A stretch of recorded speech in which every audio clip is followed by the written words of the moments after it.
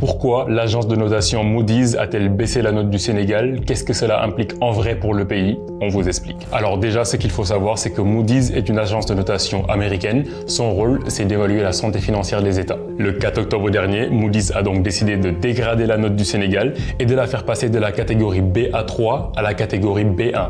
Qu'est-ce que cela veut dire? Justement, on a posé la question à l'économiste Youssouf Karius. C'est juste une échelle de notes, de notation, si vous voulez. Il y a plusieurs crans dans une échelle de notation.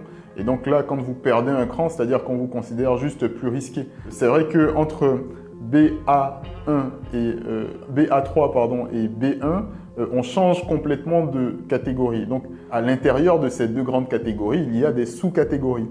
Et donc l'État du Sénégal aujourd'hui vient de changer de sous-catégorie en passant à une note B1.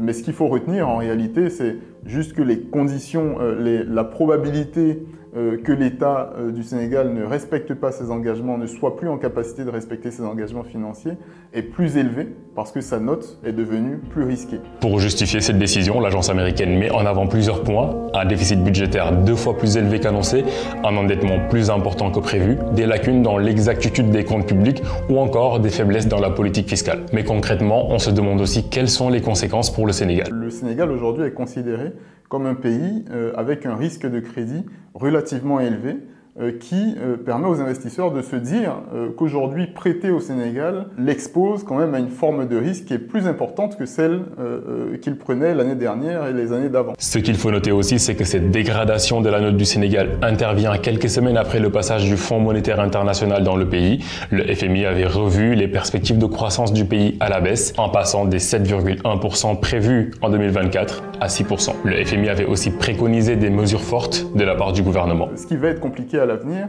c'est pour les nouvelles autorités de maîtriser les dépenses et de chercher des sources alternatives de recettes pour combler ce déficit. Et donc naturellement, il y a des chances que certains impôts augmentent ou certaines subventions de l'État sénégalais baissent pour l'économie sénégalaise, et ça c'est des choses que le Sénégalais moyen pourrait craindre pour l'avenir. Face à tout ça, comment réagit le gouvernement d'Ousmane Sonko? Justement, il avait en quelque sorte pris les devants en convoquant la presse nationale le 26 septembre dernier pour partager les conclusions d'un audit des finances publiques. Un audit qui avait été demandé par le président Bassirou Diomaye Faye après sa prise de pouvoir en avril dernier pour, je cite, dresser un état des lieux de la situation du pays. Selon lui, la situation financière du pays est clairement due à la gouvernance de Macky Sall. Le régime du président Macky Sall a menti au peuple, a menti aux partenaires, a tripatouillé les chiffres pour donner une image économique, financière et budgétaire qui n'avait rien à voir avec la réalité.